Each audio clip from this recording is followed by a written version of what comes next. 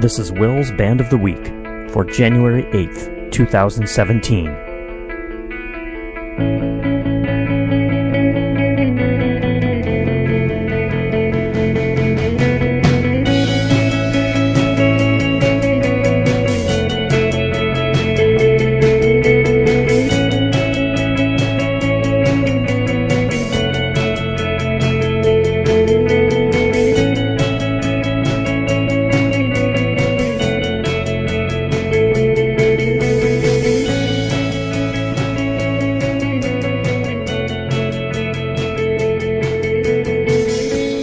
Hello and welcome to another edition of Will's Band of the Week.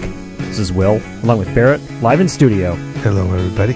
And special guest Wilson, live in studio. Hello, everybody. Hey, Wilson, is this appearance number 2 for you? Or has it been a couple more? I can't remember. There was one recent one within the past year, right? Yeah, this is appearance number 3. I've been the 50th anniversary of Help and the 50th of Rubber Soul. Oh, so there were two. There were two Beatles anniversaries. Yeah, we missed Revolver in August, but They put so many albums out in such quick succession. Right. You know? A podcast would have a hard time keeping up with that. Right. yeah. But so I assumed he'd be kind of nervous, but he's not. Yeah, he's an old pro at this point. I mean, God, 3 podcasts. It'll be like, I don't know. It took Barrett like 17 podcasts to get comfortable, but Wilson could do it in 3. Right. Yeah. Yeah, I'm pretty great. So, this is kind of a transition because we've done the end of year lists. We still have a little. My son Reese has a short list he's going to talk about. One of these. I don't know. I'll either splice it in this week or next week. So he's going to do a little. The last of the end of year lists. But Wilson decided to go big. Like he's not going to be constrained by just this year, right?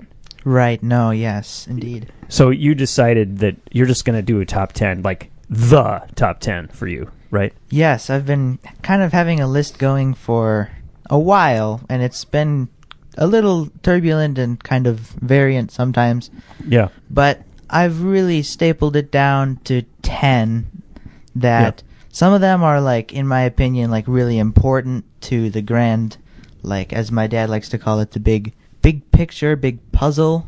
The scheme of all popular music. Yeah, the scheme of all popular music in general. And then there's a few in there that are just like my personal favorites that I just like grew up with and just have loved for my entire life pretty much. Mm-hmm. As much as I can remember of my life, at least. So you should be able to remember most of it because you're only 16. Just wait till you're our age. Then you really can't remember stuff. Yeah.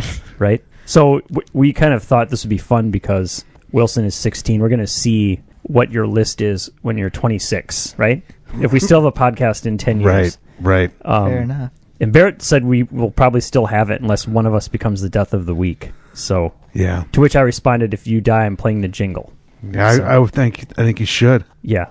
Don't you think? You should. Mm-hmm. In the spirit of things. That's kind of a bad thought to have. So, we should forge ahead in a more positive way. If it happens really soon, it would be it'd be kind of creepy. Crappy. Yeah, it'd be weird. Yeah. I hope you don't die, Dad. There'd be like conspiracy Thanks. theories. I appreciate that. There's been all this talk, and I think it's like a lot of it's colored by the whole Trump thing.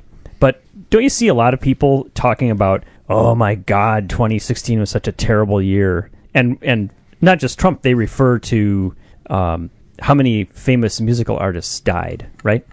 Right. And it does seem that way to me, that there were more than usual. But I was reading somewhere, somebody wrote an article that said, it really wasn't any different than any other year. But I didn't read the article, I just saw the headline. So, I'm not sure. It does seem like, David Bowie and Prince and, I guess, Carrie Fisher wasn't a musician. But, it seems like more than average, sort of, doesn't it? Kinda.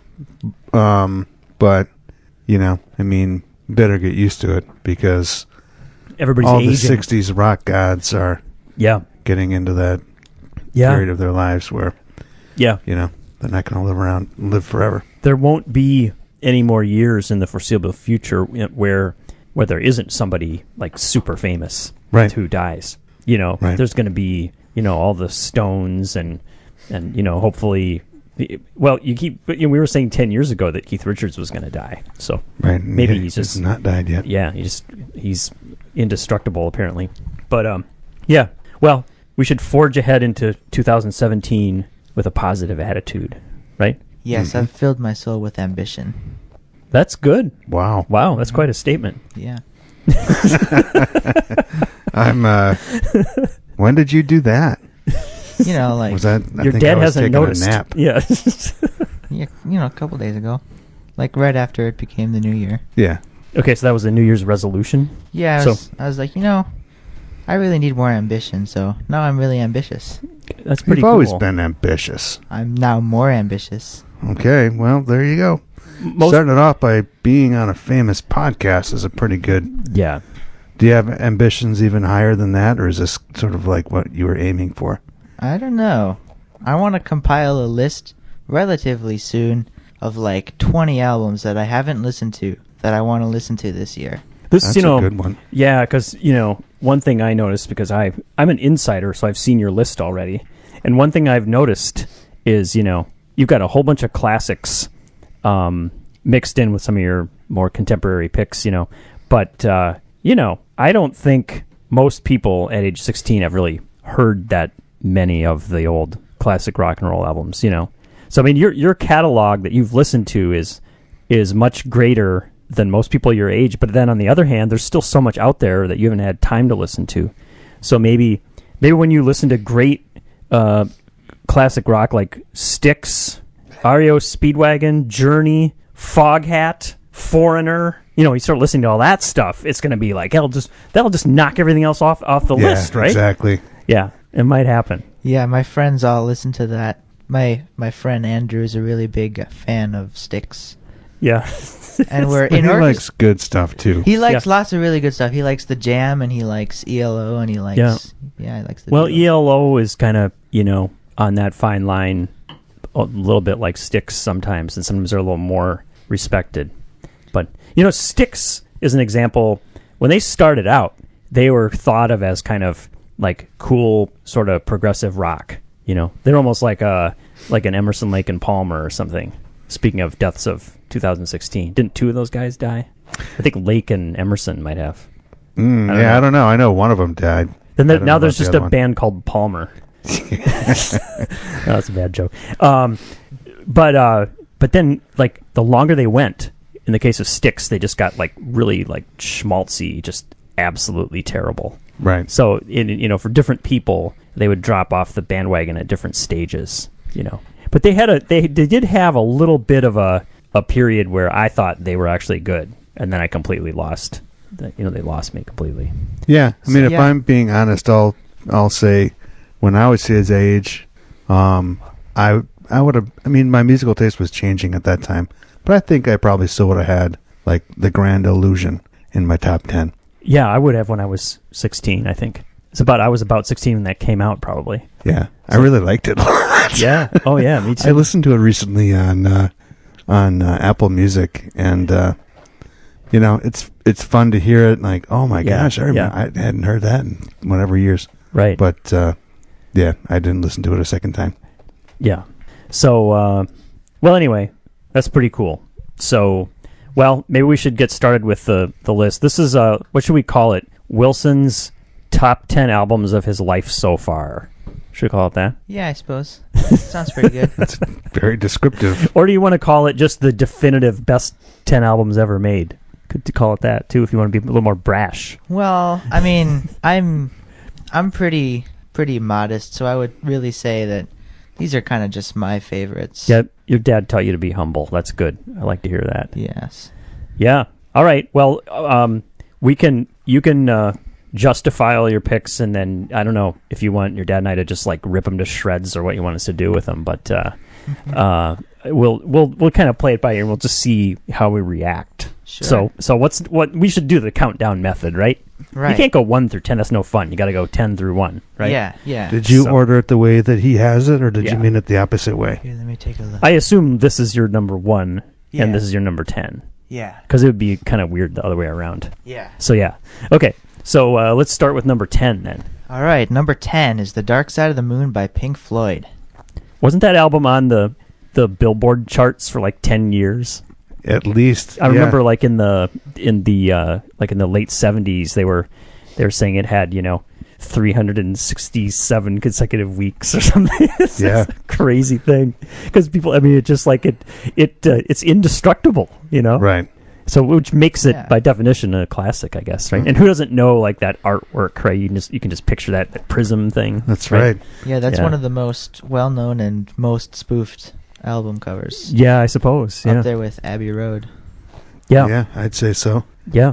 And then you've got guys on State Street painting artwork with spray cans that always kind of mimic that sort of a look. Yeah, I saw on State Street, I saw a guy, he was doing that spray paint thing where he has the magazines that he peels off and he has like lids from containers and stuff, and he was playing Money by Pink Floyd while he was doing these things, and then you couldn't tell what he was making until he was done, but when he was done, it looked like it was the prism with the light shading into the rainbow. It was like, that's really cool.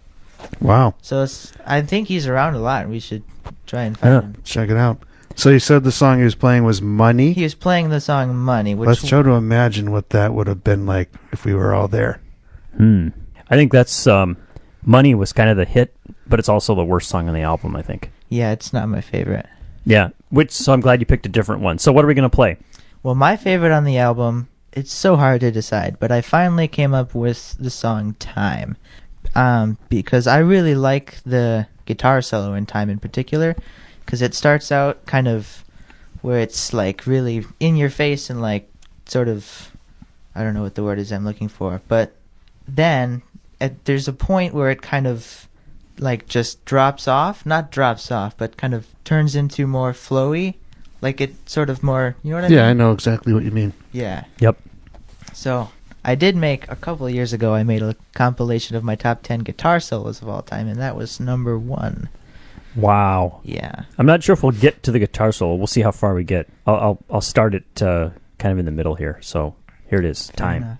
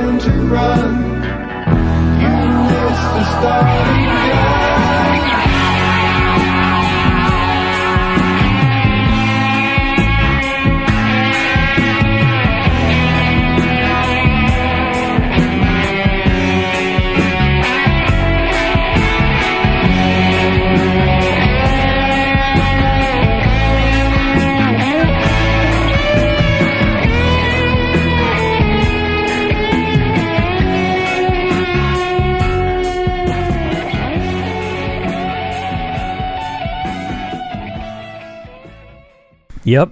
That solo is an all-timer. That's a really great solo. Yep. We did that once. I don't know if you realize that, Wilson. You did what? A podcast with all of our favorite guitar solos. Yeah, we did. Which one should you It's put out in there somewhere. I don't even remember. The one I remember is the song by the Lemonheads where the solo has one note. I do remember Remember that that. Yeah, some of my favorites. I'll have to go back and look for that one. That was Yeah, I probably think- like 5 years ago now. Probably, yeah. Chris had some good picks. I think he had that conceptualized in his head pretty well. I think I had to search, but I think I'll maintain that my picks were still the best. Yeah, you know, I just don't remember mine at all. Yeah. All right, there we go. Number 9, Wilson. What is it? Number 9 is Thriller by Michael Jackson. The consumers are not going to disagree with you on that one. No, that's the one buyers. Of the most, what did that sell? Like 40 million or something crazy. A lot. Yeah. Yeah. So you can obviously just look at the title song and beat it and kind of not go very much further than that, and that's kind of what a lot of people do in the album. But I think the album as a whole, it's got a duet with Paul McCartney on it at the beginning, and that's pretty cool. And it's I just think it's really pretty solid in my opinion as an album. I agree. Yeah, it's when you listen to it, you can't believe, like, wait, what? This is one album? Yeah, it sounds like a greatest hits album. It does. And even the less popular ones, you're like, I've only heard that on the radio like 100 times. Yeah, like that's not famous. I think like more than half the album was singles, like probably. Huge, right? yeah. Yeah, like I think the worst song on the album is that PYT song. That's at the not end. good, but that was a single. I mean, I wouldn't say it's not good, but it's the worst on the album, and since it's, in my opinion, not good, that kind of tells you something about the album as a whole. Where like I think the weakest song is still a pretty alright song. So if that song were like a Premier League team, it would be Sunderland. Like still pretty good, but not quite getting relegated. Not. If you get relegated, that's like the track didn't get picked to be included on the album, right? So it stayed on the album, so it just barely avoided relegation. Mm-hmm. Yeah, I don't know what you're talking about. Dan. All right, it's okay. It's a podcast theme. You just haven't. You got to listen to the podcast more, Wilson. Then you'll understand. Oh yes, indeed. All right. All right. So what's the track that you deemed worthy?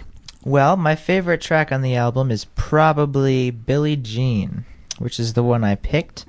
I think it's got a really, really great bass line. It's one of like, it's a very simple bass line. It's like 4 notes, I think, the bass line.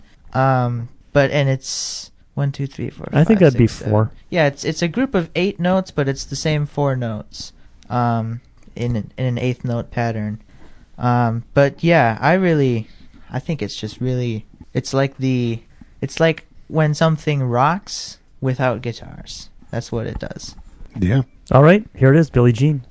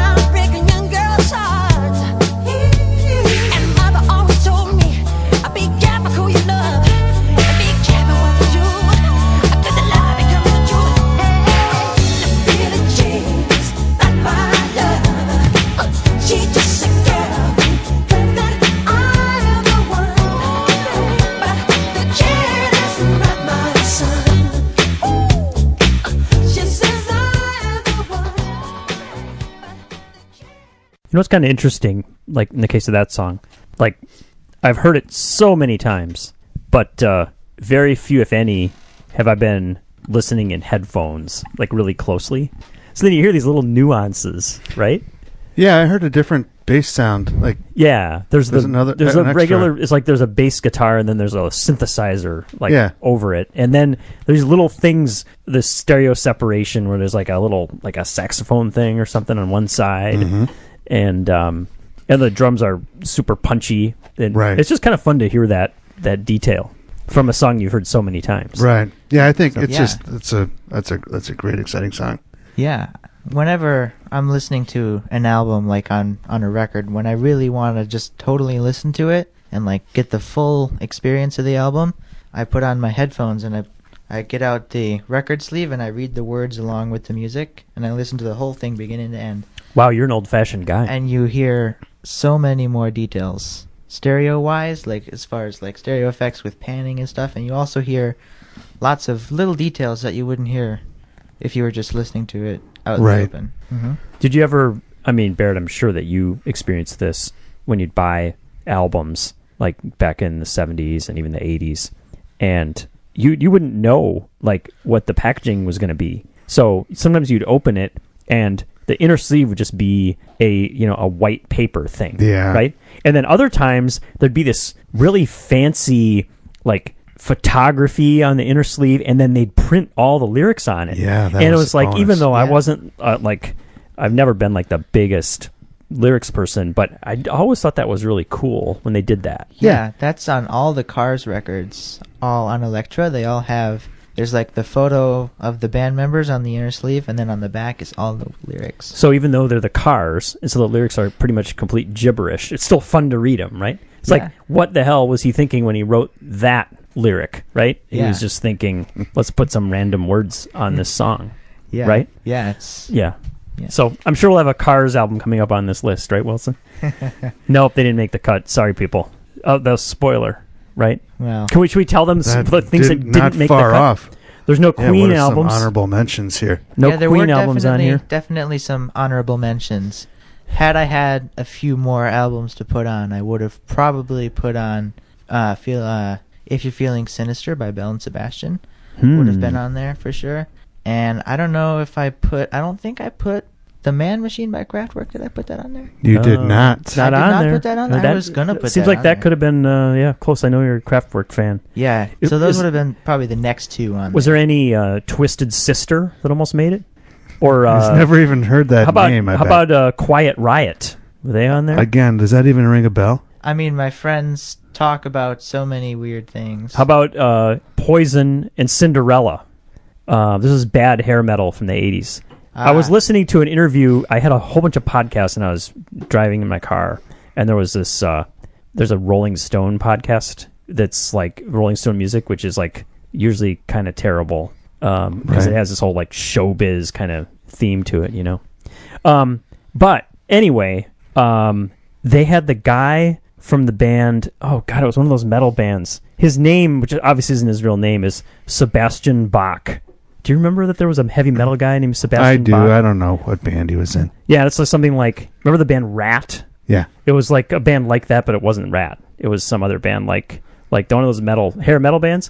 And the guy was just like a caricature. It's like when you hear Steven Tyler talk, and you can't... It's like fingernails on a chalkboard. So this guy talking was like, oh man, we partied! You know, it's like all he's talking about is like, it's just, you just can't... He's still... For some reason, I kept still listening. The same guy. Yeah, I listened for maybe... Like, it was something that I should have turned off after like 2 minutes, and I actually left it on for like 15 because I'm just like kind of fascinated by this guy, but it was just terrible.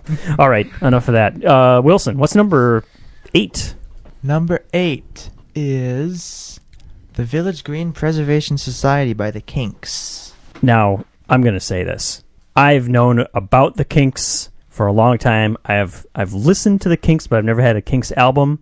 But when Barrett sent me your list, and there's this album called The Village Green Preservation Society, I had no idea what it was.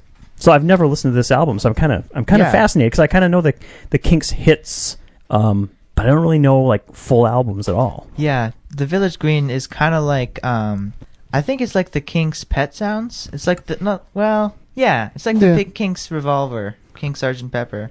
It's like it's definitely the Kinks. Well, I don't want to spoil the next one, but Yeah, better not say it. The next one is the this of the next. Oh, and that's another one that I didn't know either. So, and that one is really good as well. So, what are we going to play by the Kinks? All right, and this song is called Big Sky.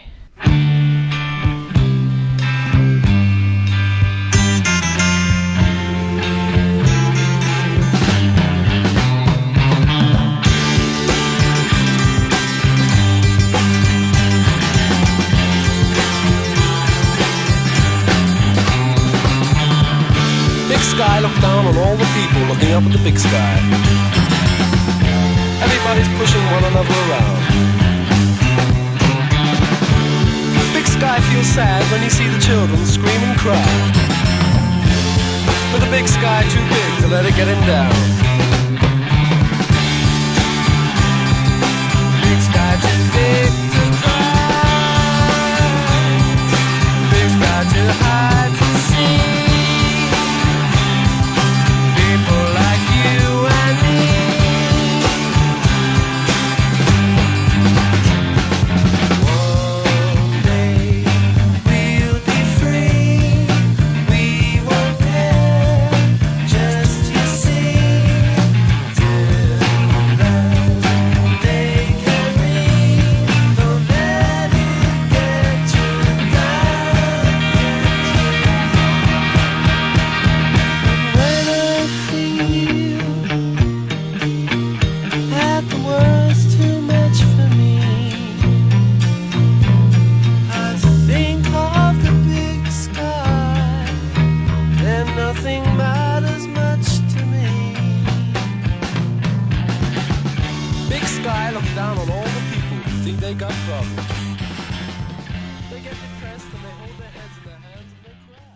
Kinks.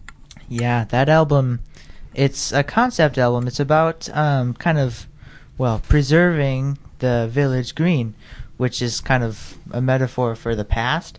So it's like kind of, the title song, the Village Green Preservation Society, is all about preserving the old ways, protecting the new, that whole thing. Like, they mention a lot of things like vaudeville, and they say, we are the Skyscraper Condemnation Affiliate, so like, they're kind of like, right, sticking to the old. So this is 1968, so it's kind of like right when everything was starting to become like, like Woodstock and that kind of thing.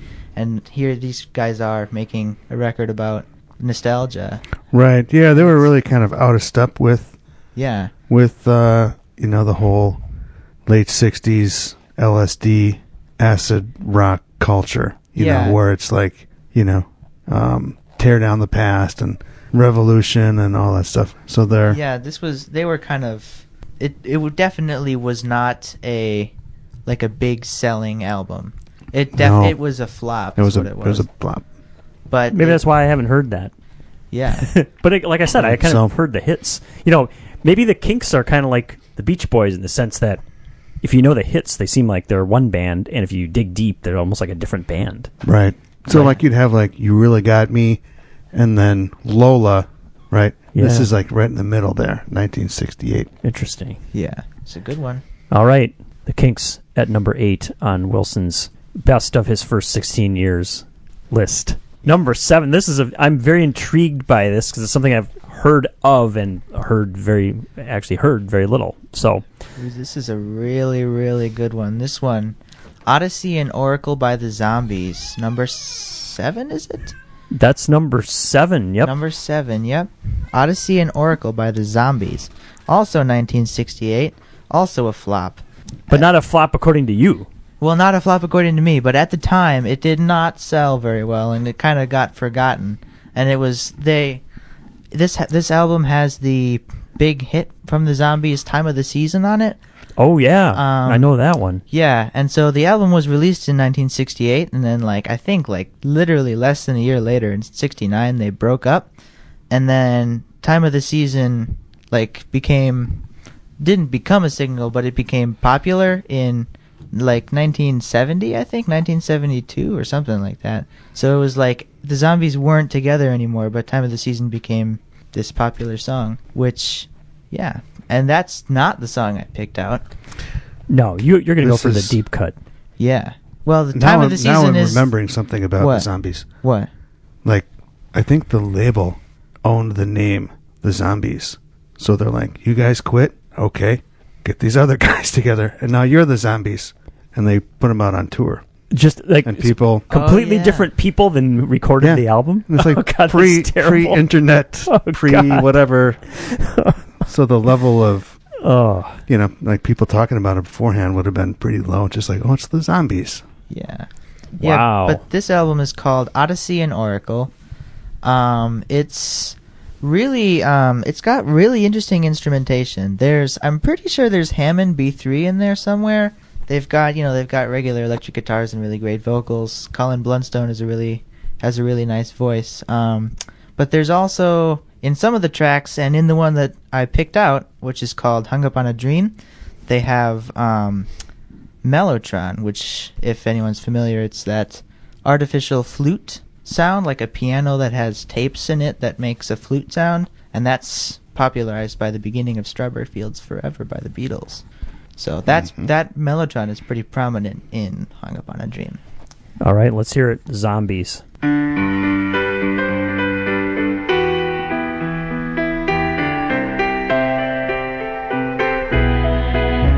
Well, I remember yesterday, just drifting slowly through a crowded street, with neon darkness shimmering through the haze. A sea of faces rippling in the heat, and from that nameless changing crowd, a sweet vibration seemed to fill the air.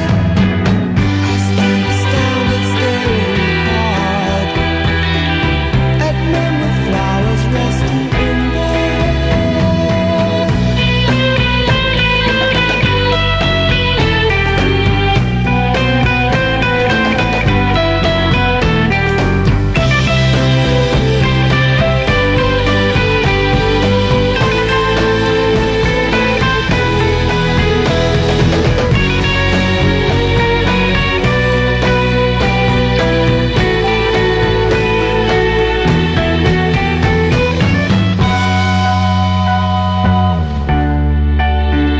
A sweet confusion filled my mind until I woke up only finding everything was just a dream unusual of its kind that gave me peace and blew my mind, and now I'm hung up on a dream. Yeah, the Mellotron comes in when he says dream. Yeah, it's Because like it's got a dreamy kind of a sound to the it. Mellotron definitely has Yeah. a dreamy sound. And Strawberry Fields, which is also has a Mellotron, is a pretty dreamy song as well. But this song. I really like the way it flows, and it's got that guitar that da da da da da da da da da da, and then he says "hung up on a dream," and there's the Mellotron, and it reminds me.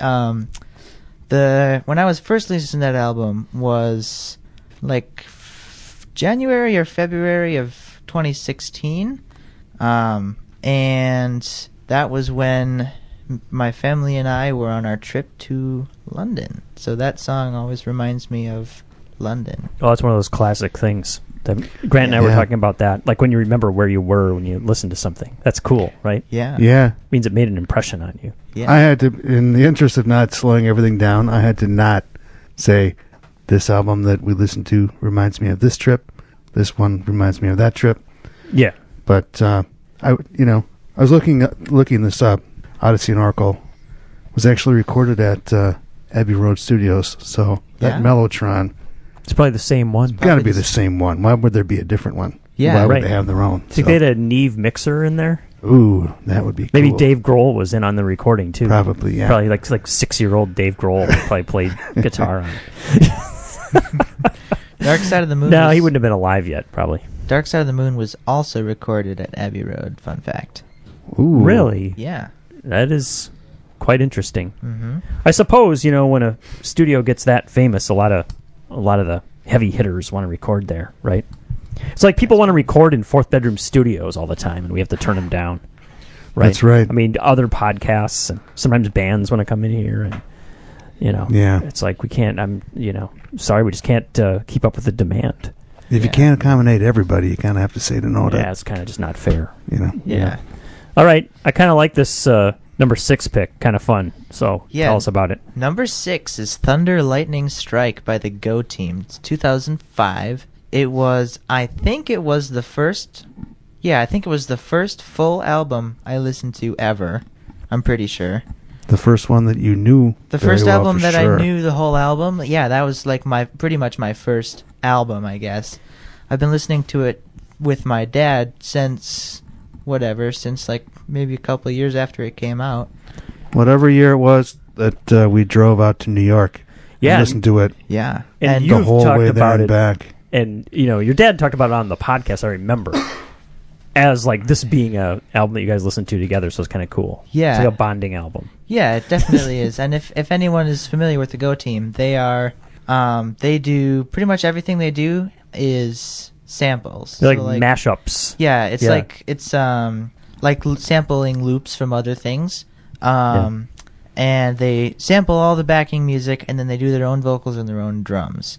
And this album in 2005, they didn't have all the copyright permissions for all of the samples that they had, so they had to re-release it and with copyrighted stuff, like stuff that they had the rights to, and it's like way different and not as So there's good. like a re-recording of it or something. Yeah. Right. And people who aren't very familiar with it, that maybe had heard it less than we had, I read about that re-release and they're like, oh, doesn't even make any difference. It's pretty much the same.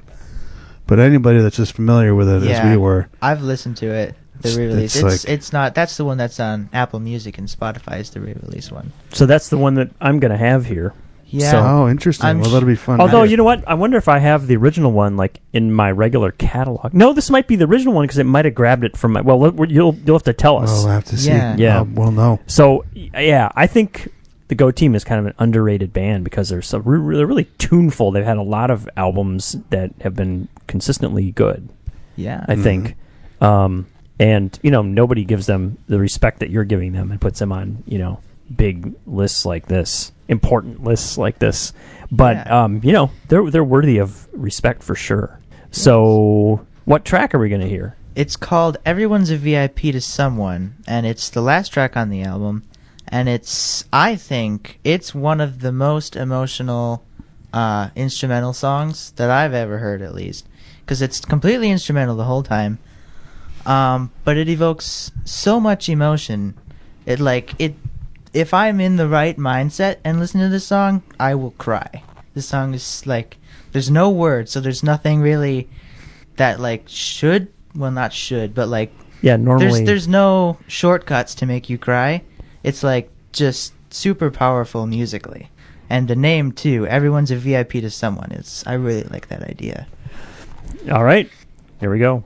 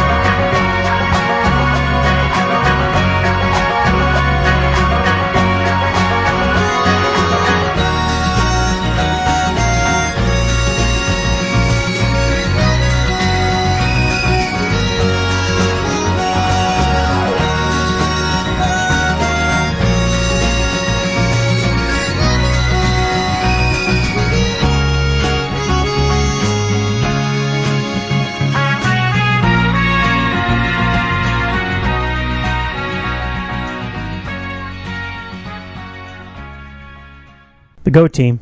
Yes, that was indeed the re-release. It's still really great. I wonder if the re-release came out pretty quickly then after the. I mean, did they get accused of the copyright problems kind of quickly so that the re-release came out quickly? I'm not certain. Because this looks like it's coming from my library that I actually purchased, back pretty close to 2005. But I could have gotten I don't know. the re-release. I'm not The quite CD sure. version that we have. The CD version is the original, and fun fact, in 2015, on the 10-year anniversary, they were kind of just like, screw it, and they released the original version on LP on Record Store Day. It's like it's a red and yellow marble record, and I got it. I have it. It's really, really Maybe if they cool. sell just limited number, then they only have to pay a certain amount of royalties or something. That might be right. Yeah. Well, I don't know. I think I bought the digital file from somewhere, so I guess I don't have the original. But I hope the song is still good. The song is terrific. Did I do it justice by playing that version? Yeah, I mean, it's really impossible to do this song justice without playing the entire thing, because the entire time it's building, and it's absolutely terrific. Later, So the emotion kind of ramps up, and then the the live emotion- drums kick in. The live drums kick in. It's that's like, cool. It's Are you kidding me? completely epic. It was. If I would strongly recommend listening to it. If you haven't listened to it, you should listen to this song, and by extension, the entire album, because the entire album is also just absolutely terrific. That's the Go Team. The Go Team, yes. Thunder, Lightning, Strike. Yes. And that song's 5 minutes long. Yes. So we only played less than 2 minutes of it. So Yeah. all right. I think we're to the top 5 now. And now you're going to some rock legends. Yes, top 5. Number 5 is The Who's Sellout by The Who. Now this album is another one of those albums like Thunder, Lightning, Strike that my dad and I have been listening to for a very long time. Back when we were first getting into The Who, when our big Who songs were Baba O'Reilly and Won't Get Fooled Again, Yeah, those are the big ones. we were driving. I was doing at the Humane Society That's like right. a You were summer doing camp. a day camp where you'd clean cat boxes and stuff. Yeah, so we would listen. We had to pay. We would listen. Yeah, that's send them good. there. Yeah. We would listen to Who's Next on the way to that. So that was my first introduction to The Who. And then we listened to The Who Sellout together. And the entire album is I just fell in love with it when we first listened to it. And it's the first, I think it's just the first side of the album. I might be wrong. But it's, for the first good portion of the album, there are advertisements, like fake Radio London advertisements in between the songs, and it's kind of sets up this atmosphere in the album it's just kind of not taking itself too seriously. Like it's taking it like it's not overboard. It's not like calling itself the final say. You know what I mean? Where it's kind of still being a little tongue in cheek the entire time. Mm-hmm. A little levity Yeah. to the whole thing. And the song that I picked out from the album is kind of an advertisement in and of itself. It's called Odorono. It's a song about deodorant, so the deodorant line comes at the end of the song.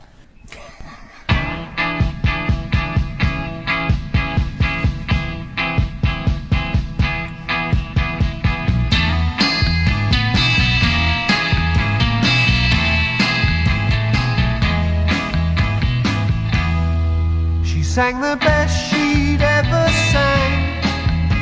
She could never sing any better. But Mr. Davidson never rang. She knew he would forget her. She'd seen him there and put herself to ransom. He had stared. He really was quite handsome. She had really looked her best. She could never look any better. But she knew she'd failed the test. She knew he would forget her. Triumphant was the way she felt as she acknowledged the applause. Triumphant was the way she felt when she saw him at the dressing room door.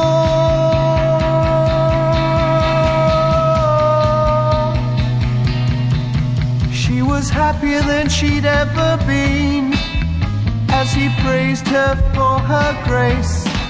But his expression changed, she had seen. The Who. So, Yes. few things about that. Few Tell things. the rest of the story. Well, So- the last lyric we were left off with there was, but his expression changed, she had seen, as he leant to kiss her face. It ended there, he claimed a late appointment. She quickly turned to hide her disappointment. She ripped her glittering gown, couldn't face another show, no. Her deodorant had let her down. She should have used Odorono.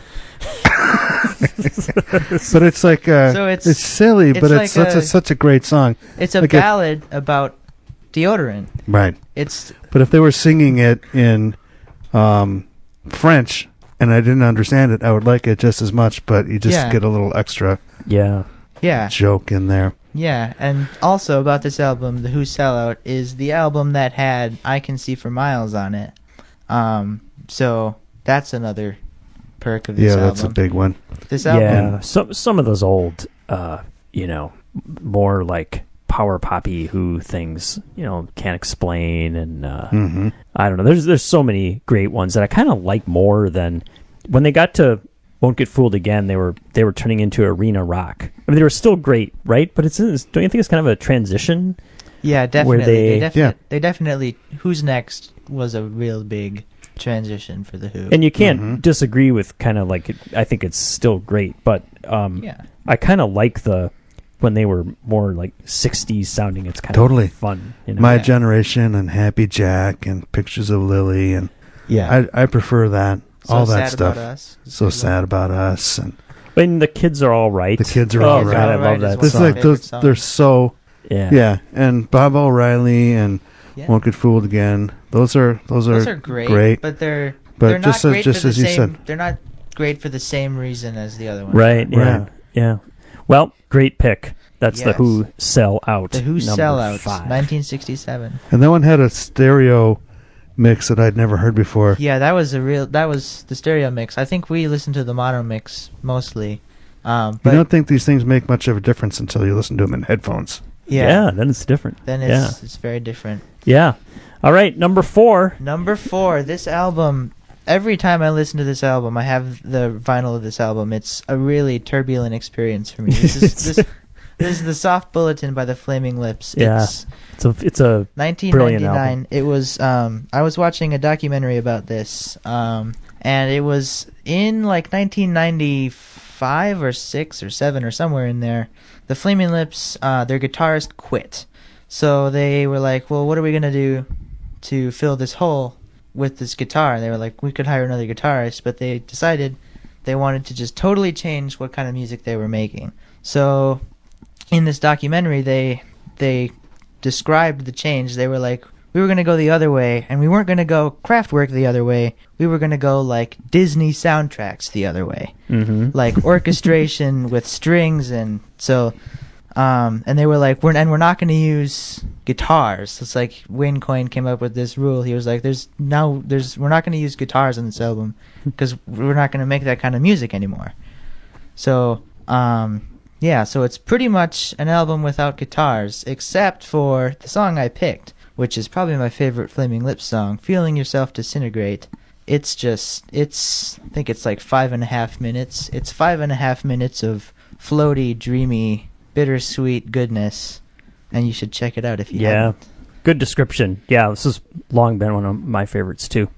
It's number 4 on Wilson's list. Number 4 album, The Soft Bulletin by the Flaming Lips, 1999.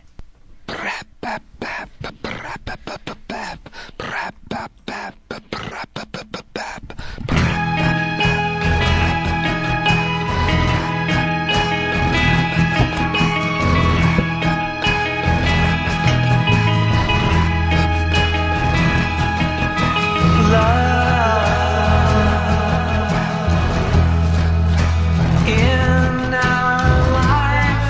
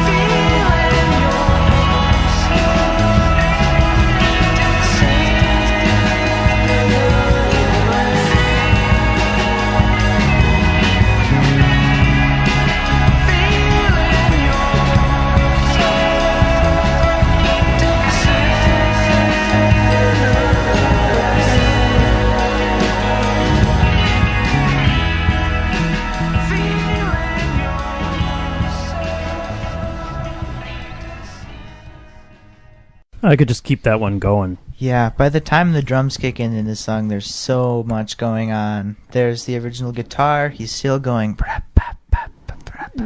Yeah. Then there's that clean guitar that just keeps going and going and going, and then there's a bass line that goes in a similar way, and it just flows. And if you listen closely, you can hear a Hammond B3 in the background, and there's strings.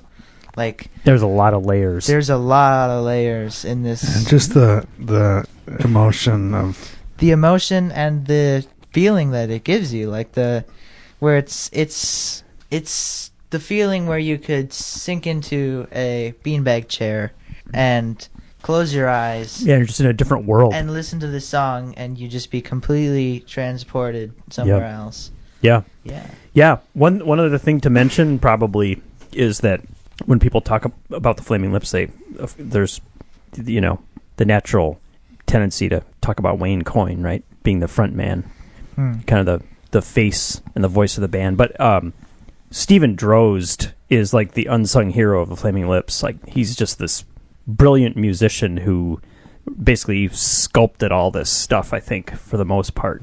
Yeah. And then, Wayne Coyne sings over it extremely well, but that's a credit that should be acknowledged. Yeah, Stephen Drozd is great.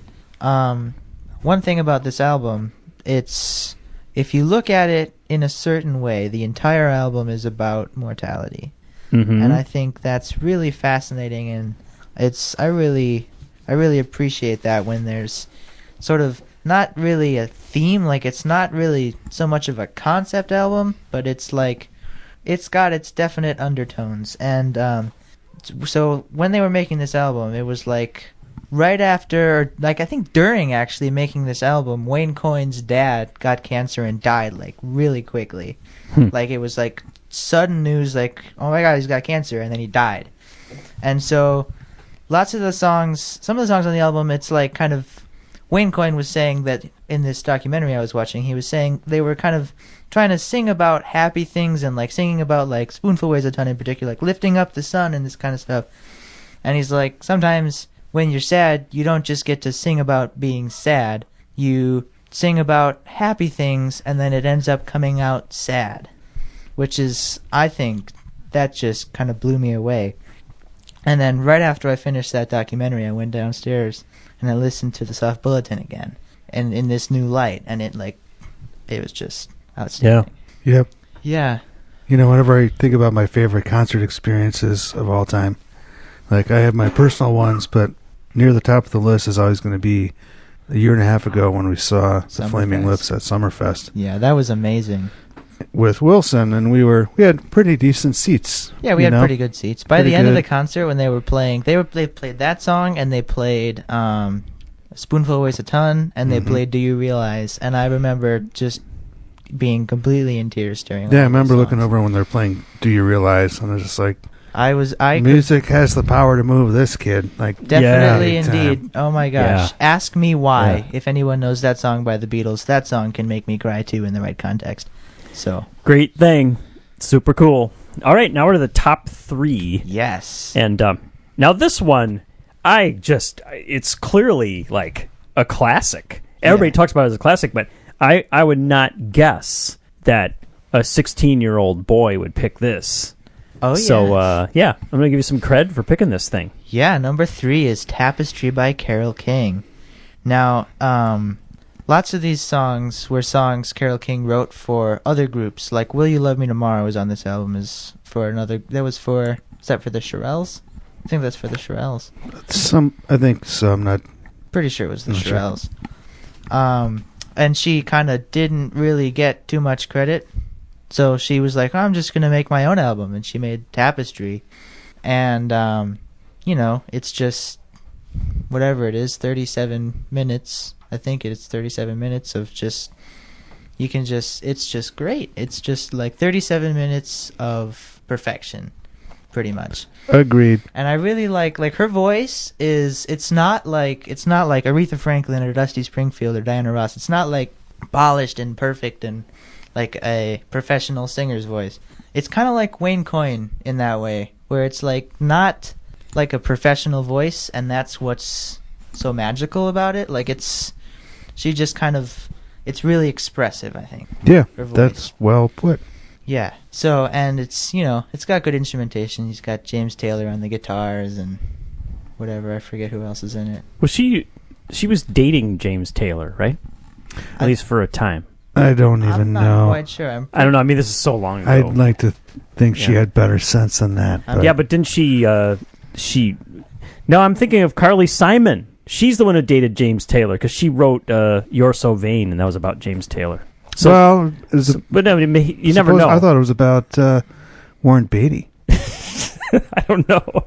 Well, I guess he could have dated both Carly Simon and Carole King. Who knows? James Taylor, possible. ladies' man. Yeah. All right. So what are we gonna play? I picked out the song "Way Over Yonder." Now, I'm pretty sure this is the only song on my list that's in 3/4 time. And I just absolutely love 3/4 time. I love any time. I love 4/4. Don't get me wrong. 4/4 is great, but I can't get enough of any time signature that's not 4/4. What do you think about 5/7 time? There's no such thing as 5/7 time. I just made that up. There must be like on a Rush album or something, right? Well, I mean, in order for it to be 11/8 time. 11/8 is a thing. 5/7. The reason 5/7 couldn't be a thing is because the There second isn't a seventh note. there isn't a seventh note. The second number in it stands for which denominator of note gets the beat. So like 6/8. So the second number has to be like a multiple of 2, It's got to be or like a 2, 4. yeah. It's got to be 8 It's 2, 4, or 8, 16. 16, 32, 64. Okay. 128. Okay. What do you think about 27/32 time? That would be 27 beats. 27 30-second notes. 27 Per measure. 30-second notes. That'd be pretty rad. Wouldn't make too much sense. You guys should watch the documentary on Netflix called A Drummer's Dream. I think I talked about that on the podcast. It's about drummer camp in Ontario. And this guy starts like teaching this drum beat, and he says, okay, I'm going to count up to 20 and back down to 1. He goes, 1, 2, 3, 4, 5. And he's playing these crazy beats, and he's counting. And it's just really entertaining. So, yeah. All right, now we're back to 3/4 time for this Carole King song. Yeah, 3/4 time, Way Over Yonder is the song off of Tapestry. Way over yonder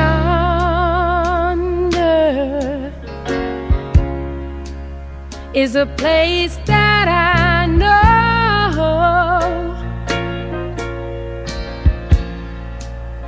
where I can find shelter from a hunger and cold,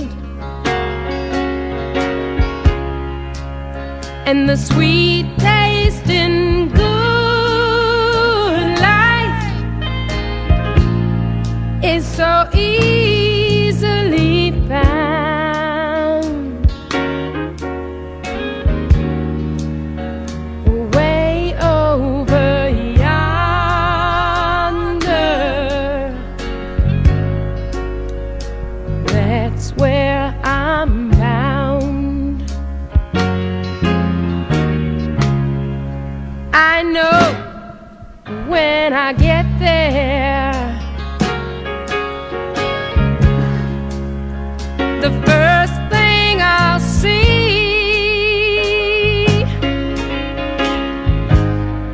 is the sun shining golden, shining right down on me. Then trouble's gonna lose me, worry leave me behind. Carole King. Absolutely terrific. You know how all these bands and individual artists and stuff go out on the road and they're like, we're just going to play this album in its entirety. And, well, the Zombies, That's a thing now. The Zombies did do. it. The Zombies go out, like Colin Blunstone and... Is Rod Arkin still alive? I think Rod Arkin's still alive. Colin Blunstone and Rod Argent go out and they just play Odyssey and Oracle all the way through. We saw a little bit of that on YouTube, and it didn't inspire us to make the 2-hour drive down to St. Charles. But what if Carole King went out and just did this?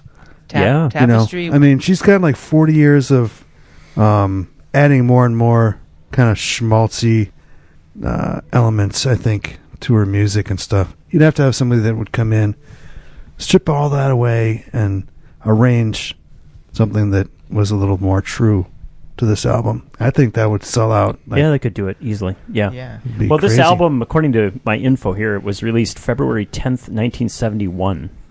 So it's coming up on its 46th anniversary, this album. That's a big one. That's a big one. 4, 6. Yeah, it's a large number. So I don't know how old she was. If she was 25, that would make her now 71. Well, I think she started writing like Brill Building stuff when she was 17 or 18. Yeah. Like around 1960. Yeah, because like she so wrote 1942. So she says it was like 30. All right. Well, very cool. Carole King. All right, we're up to the top 2 now. It's just like the listeners are like, what is it going to be? That's what they're thinking right now. Well, my top 2 are pretty predictable. Your top 2, if for the listeners who know your dad, and if they assume you've been influenced by your dad, not that you're not independent, completely independent. Oh, I certainly. But we wouldn't be surprised, right? Actually, we wouldn't be surprised what we know about your taste from a couple of shows you've been on. Yeah. Right. So let's go with number 2. I have to find it again here on my list. I had the Carole King song on the greatest hits collection of Carole King, so I had to look up the Tapestry album. I wanted to see what was on there, and it's like, half of them are like big hits. It just seems Whole like bunch a greatest hits. It does kind of. The entire right. album is just absolutely great. Yeah. All right, number 2. Number 2, big one. Pet Sounds, the Beach Boys. Mm-hmm. Yes. Your dad's happy with that pick. Yes. What's something we should make you tell the listeners? Some album that your dad loves and you think it's terrible. Sorry, there's got to be something like that. Like we could have like a family confrontation here because your dad will be like, "I always thought you liked that." There really isn't. I like everything that you like. Name something that you don't think I like that you like. Well, that I if I'm going to go back to when I was 16. Adam and the Ants, right? Yeah, Adam and the Ants, Prince Charming, or Kings of the Wild Frontier. Those 2 would have been battling for a spot in my top 10 when I was your age. Okay. And you rightfully look at those as being silly things. No, what about... I don't have any particular viewpoint. I have a really hard time, like, if I listen to something more than a couple times, I have a really hard time, like, really disliking it. I have to... Because well, that's kind of good. There's never anything where I'm just like, I can't listen to that. There isn't anything like that for me. It's more like, I could listen to this, but I would rather listen to this. What about Husker Du's Metal Circus? Well, you've famously been a hater of that one. Well, that was a whole thing. There was a quarrel. I think we mentioned this the last time I was here between you and me, where you liked Bruce Springsteen and I liked The Who, and I claimed that I didn't like Bruce Springsteen just because you liked it so much, and I was wrong, and I really like Bruce Springsteen now. I think there's going to be some... we're just getting set up here for some serious rebellion, I think, in the next couple of years. I mean, I think we're going to see some major... Wilson's going to break off. He's going to start being confrontational. Challenging and confrontational.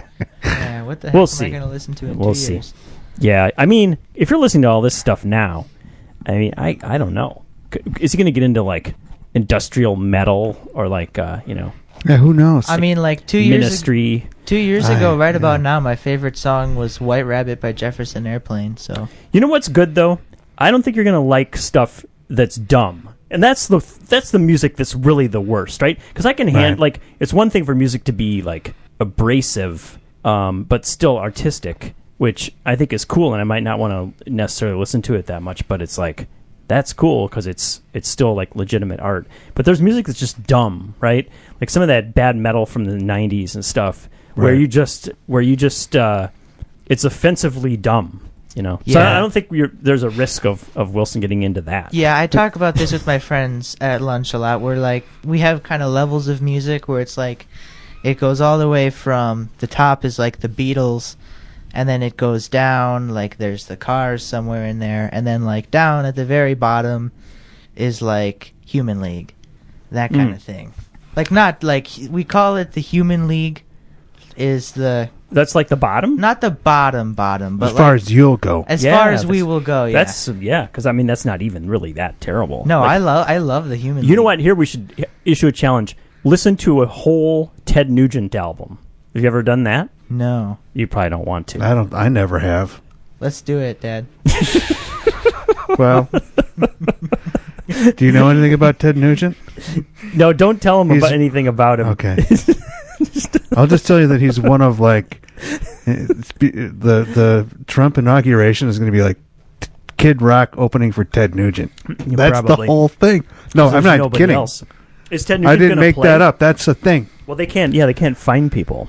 So Oh, yeah. they No, might no. have to just take Ted Nugent. There's this 16-year-old artist. I don't know what her name is. She's a child.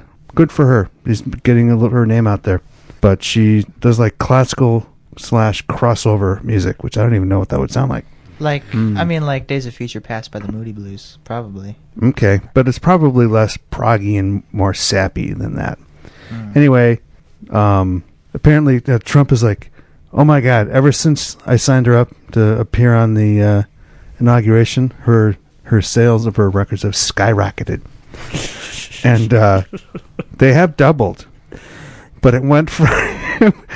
I'm not laughing at her, I'm laughing at Trump for taking credit for such a minor thing. Went from selling 7,000 a week to selling 13,000 a week. That's sad. You have Skyrocketed? for the U.S. you have president. a Yeah, president-elect yeah. patting himself on the back. Yep. Yeah. You know? Well, that's Wow. Whatever. too bad. Yeah. But, Pet Sounds. yeah, okay. Yeah, let's get back to Pet circle Sounds. back. Pet Sounds, if anyone has seen the movie, what's it called? Love and Mercy. It's a movie about the Beach Boys, but most of it is about pet sounds. It's, who's that one actor? The guy... Well, John Cusack is John in Cusack, and then some other person plays young Brian Wilson, and it kind of switches back and forth between 80s Brian Wilson and Pet Sounds Brian Wilson, and it's this interesting story about, I mean, you should see the movie, but it really goes into the process of making Pet Sounds, and it's really interesting, because it's like, they had Brian Wilson, so the story is like, the Beach Boys went on tour, and Brian Wilson didn't go on tour. He stayed back at the studio. And he got all these studio musicians together. And he got them all in one room, and then he made up all these parts somehow. And then, like, all these instruments, like harps and violins and whatever. Like French horns and clarinets and timpani drums and this whole big... bass harmonicas. Bass harmonic, this whole big shebang thing. And he recorded all the backing tracks for Pet Sounds. Like, pretty much, it was him and all these band members, and it was kind of it. And he recorded all of these backtracks, and then when the rest of the Beach Boys got back, they listened to it, and they kind of felt like they weren't too much a part of it. Because yeah. they weren't, right? Because they Literally because they were really not. weren't, yeah. Yep. And yeah, and so, but I think it's really, really well done. I mean, I'm saying Pet Sounds is well done, obviously, but I really, really, really admire this album a whole lot.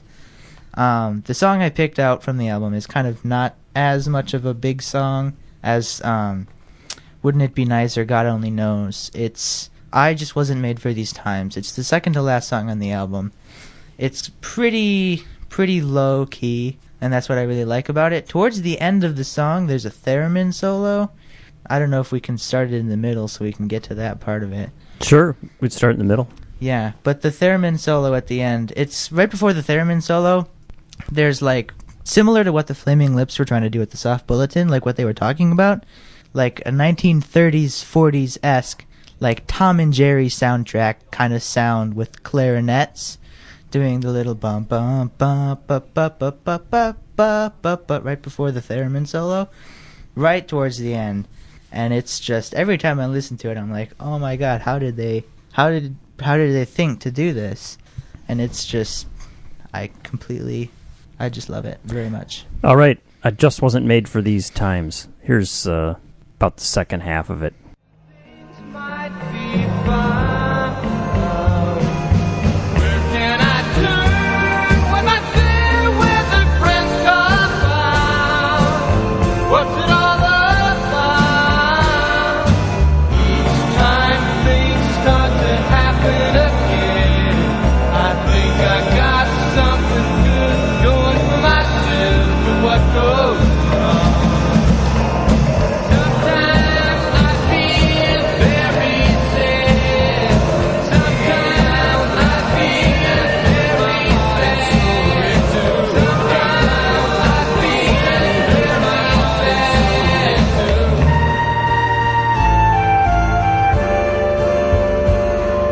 I guess I just wasn't made for these times.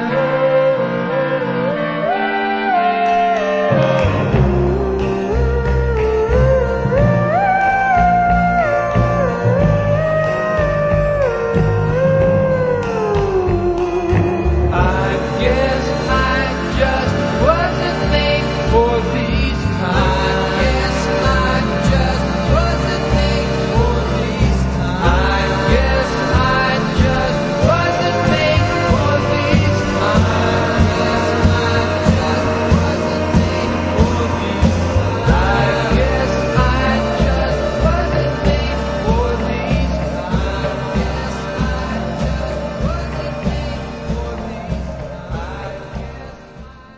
I can just imagine, like, when the guys came back from their tour and Going from surfing safari. yeah, and like talking about Let's go cars and surfing stuff. now, Like, everybody's learning. To sometimes I feel very sad. They must Yeah. have So- just been like, what the heck is this? and everybody, you know, Particularly like Mike Mike Love famously was like, "You're effing with the formula and don't do that and stuff." And it's easy to ridicule him, like, "Haha, you fool! This is such a classic." I can totally understand where he's coming from. I think though. I probably, if I was in Like, the band, I'd have if been you like, were- "This sucks. If you were This in the is band, so dumb." like, if you were in the band for business and you were like, well, I mean, music is fun, but we really got to make money, and you hear this and you're just like, what is this? I don't understand. I mean, it's important to music, obviously. It's really a terrific album, but I can totally understand where Mike Love was coming from Yeah. when he totally was just completely all the way against Pet Sounds. Yep. Yeah, I would have been probably against it, and he would have was been wrong. But He was, I think from the way he was probably looking at it, he was right. Because Pet Sounds also did not sell very well. no, it didn't. And so, like, after that happened, Mike Love was like, see, I told you, let's move on. So Yeah. then Brian got kind of sad. Well, you have many examples here of the lack of correlation between sales and artistic merit. Yeah, Except that's right. the Michael Jackson album, that one sold a lot more than the Go Team album, for example. Right. Yeah. Carole King, Michael Jackson, and Yeah. and the Pink Floyd are all Right. Those are the big sellers on those the are all list. like top Yep. 50 of all time for Yeah. sure. And this number one, really, like, Sellers. nobody ever bought this one, right? The number one. Yeah, the number one is definitely an underdog. Way obscure. It's Yeah, super nobody's ever heard of obscure. this. You probably have never heard of this band. They're called Right. the Beatles. Yep. Mhm. And they spell it weird. They spell it like with a... Like with an A. Beatles. It's a pun. It's like their Yeah. beat music, the Uh-huh. Beatles. Huh. Yep. So, Is this the world premiere of this? I think it's probably never been heard before. probably Beatles? nobody's ever probably heard this. The Beatles. It's four people in the Beatles. Mm-hmm. They're from Liverpool. And They- two of them are still alive. Yeah, two of them are still alive. They were kind of an underground band in the Kind of like a punk band, right? in the 60s. Yep. Yeah. And so number one, I just think this album doesn't get any credit ever. and I just think it's really great. It's called Sgt. Pepper's Lonely Hearts Club Band. Sergeant, what's Lonely Who's Club Band? Sgt. Pepper's Lonely Hearts Club Band. Yeah, it's a weird title. It is. Yeah, it must be really weird, obscure music. It's a pretty. It actually, if it wasn't as famous as it was, going into seriousness now. Yeah. If it wasn't as famous as it was, it wouldn't be. 'Cause you know what I mean? Like, if it wasn't the Beatles, it's not pop music. Like, particularly the song I picked out, Being for the Benefit of Mr. Kite, is the song I picked out. Well, you picked one of the least poppy songs, though, right? Yeah, I suppose. I think it's a very interesting... We love to talk about this on the podcast about, like, you know, how would something have been interpreted in a different context, right? Or if this was not... If nobody ever heard of this band and it just came out of nowhere and this got released, how would it get interpreted, right? We like to talk about that. Yeah, right? Yeah, I don't think anybody would... So I think this album would just still like blow everything else out of the water. Not, I mean, that's a little bit of an exaggeration, but I think people would be wowed by it, like no matter what. Yeah, if anything, it would be a Pet Sounds, Odyssey and Oracle, Village Green thing where it was released and nobody noticed, and then later someone found it and then it got really popular. I think. And you never know, because it's like music is weird that way, right? You know, Right. What catches on with large groups of people can be pretty unpredictable. So, Yeah. all right, well, why don't we play the track and then we can discuss it a little bit more. Being for the Benefit of Mr. Kite. For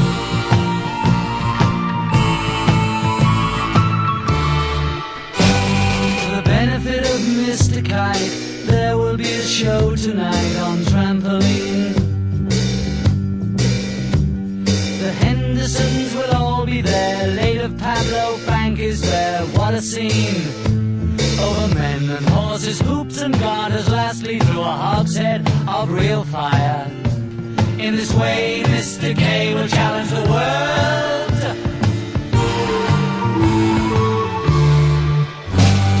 The celebrated Mr. K performs his feat on Saturday at Bishopsgate. The Hendersons will dance and sing as Mr. Kite flies through the ring. Don't be late. Letters K and H assure the public their production will be second to none.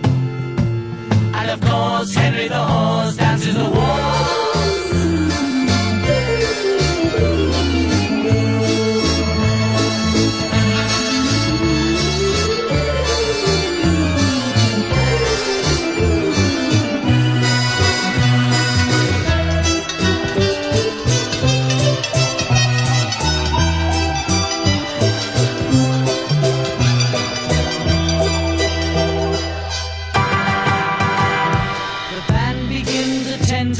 When Mr. K performs his tricks without a sound,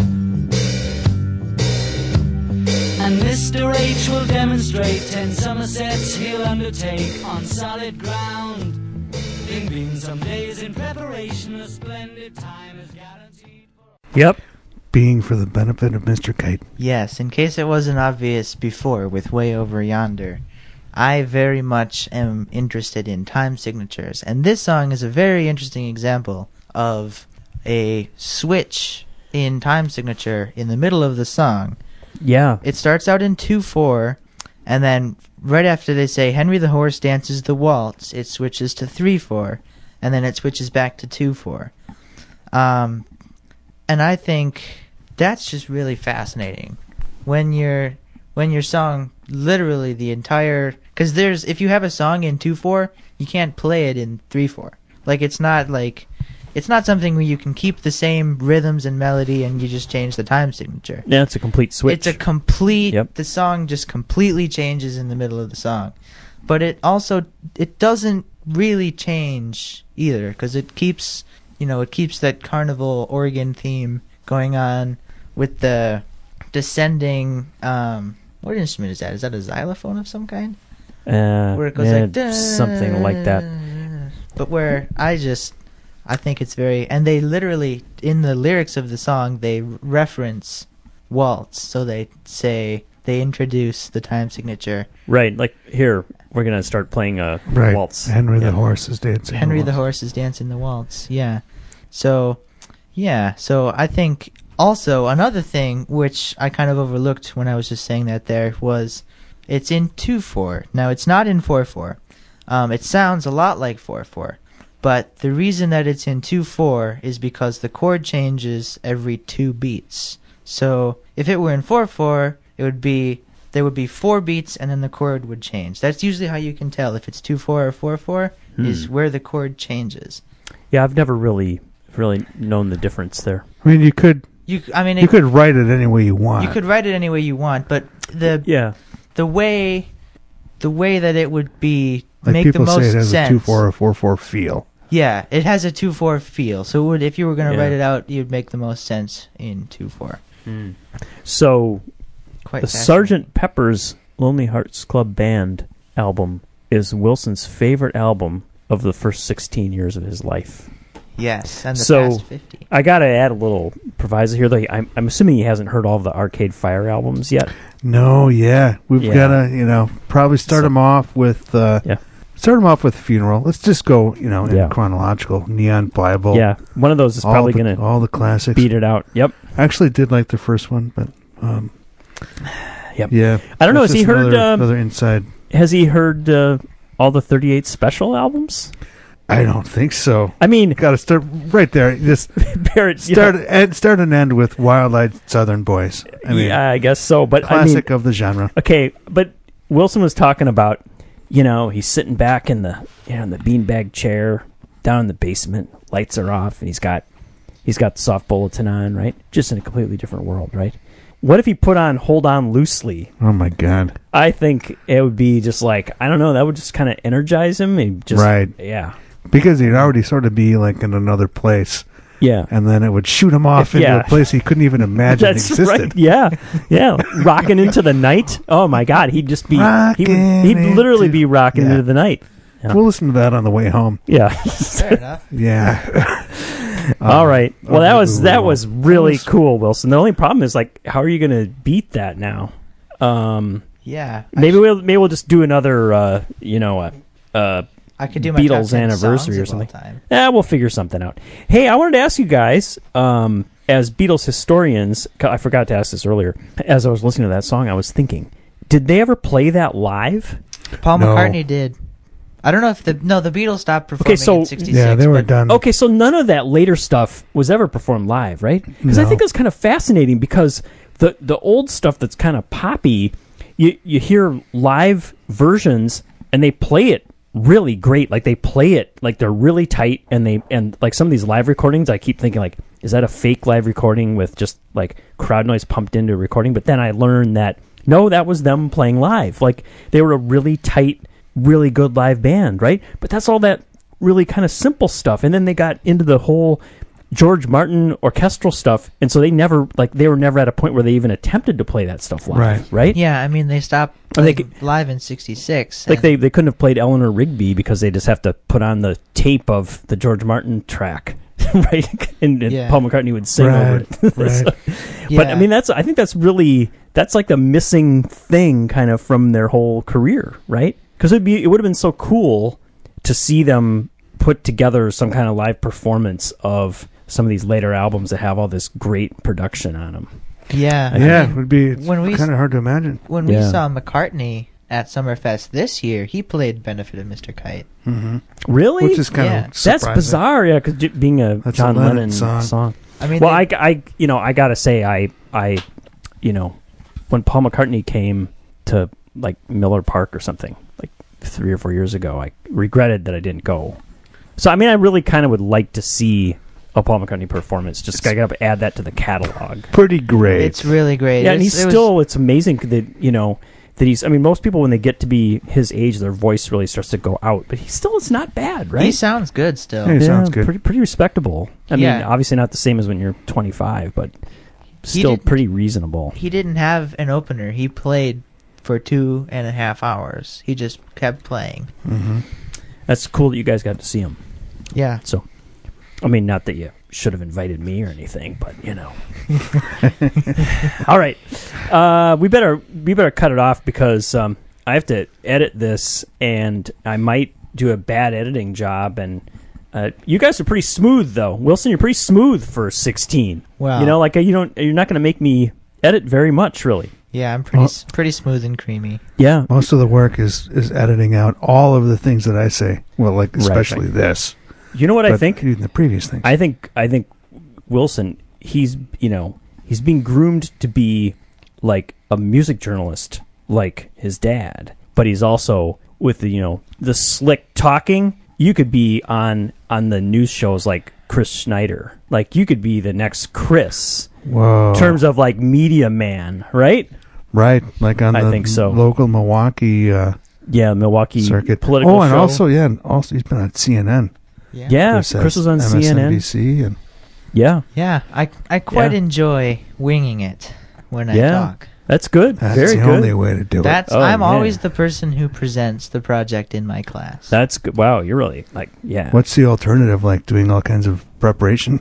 No, it's no thanks. Come on, preparation. Forget that. What it is, I will do all of the work, and nobody else will do anything, and we'll get up and we'll have agreed that this other person will do the presentation and the talking, and then nobody says anything, and then I'm the only one. They like chicken out, and then you get stuck with it. And there's a silence, and I'm like, all right, I'll do it, and then I start talking. It's better to be the leader who doesn't get enough credit than to just glom on to people and get undue credit, right? Right. Yeah, I think absolutely. So, yeah. Oh man. That's I think awesome. this was a successful podcast. Yep. And so Wilson kept his nerves in check. Yeah, well, he rocked. So thank you. Everybody help us out here because we're going to have to get back into regular podcasts. And let's see. I've got 3 or 4 that I would definitely not feel bad talking about that are kind of late 2016 or undiscovered 2016 things. So we'll be able to tide this thing over. And then there's a new Flaming Lips album coming out. Maybe we'll talk about that. When is that? It's coming out just in a week or 2. What? You guys didn't know about that? I can't believe I didn't know about that. Yeah, I have to go, let's go get it. So we'll talk about that, maybe. We will talk about there's somebody else, Cloud Nothings. Remember we talked about them? They got a new album coming out in January. A couple others. So they're going to start to build, and we'll have fun stuff to talk about for sure. So thanks, everybody. Happy 2017. And any final remarks before we say goodnight? Happy 2017 to everybody. I'd like to thank Thanks everybody on behalf of everyone here and myself, and I hope we've passed the audition. Yeah. Oh, you passed it for sure, Wilson. So you should get all your friends and their dads to listen to the podcast, too. Yeah. Right? Yes. Absolutely. I mean, I'm sure my friend Andrew would eat this up. He'd totally love this. And we're kind of, generally we're kind of dad rock, though. So you got to try to get your all the dads to listen. Yeah. Well, now we have 2 West High correspondents. We've got I can put posters up. Do you want me to put posters up? Yeah. I'm not sure. Let's put Let's posters talk about this off the air. But Reese and Wilson are the 2 West High correspondents. West Madison. Yeah, and then we have the West Grad. West Grad. Yep. So it's we should be able to lock down that demographic. Yeah, for for grads, and You should do a live thing at the auditorium at my school. we should. That'd be standing room only for sure. Yeah, Yeah, a bunch of especially if it dads. was if it was mandatory. Yeah, that's right. Mandatory attendance. It's going to be... They can't even fit everybody in the school in the auditorium. Today's 6th hour is Will's Band of the Week Yeah. in the auditorium. We'll start it off with a roll call. I would go. I would go. There'd be like 5 people there, but Wilson would be there. Yeah. That would be great. Yeah. All right, let's sign off. We'll talk to everybody again next week, I hope, with another edition of Will's Band of the Week. Good night. Good night. Good night. You can subscribe to the Will's Band of the Week podcast using iTunes or any other podcast app. All of our podcasts are also available directly on our webpage, willsband.net. You can contact us directly by email to willsband@yahoo.com, on our Facebook page, or on Twitter @willsband. The Will's Band of the Week podcast is brought to you every week from 4th Bedroom Studios in Madison, Wisconsin. Our theme music was composed by Grant and performed by Grant and Will. Thanks for listening.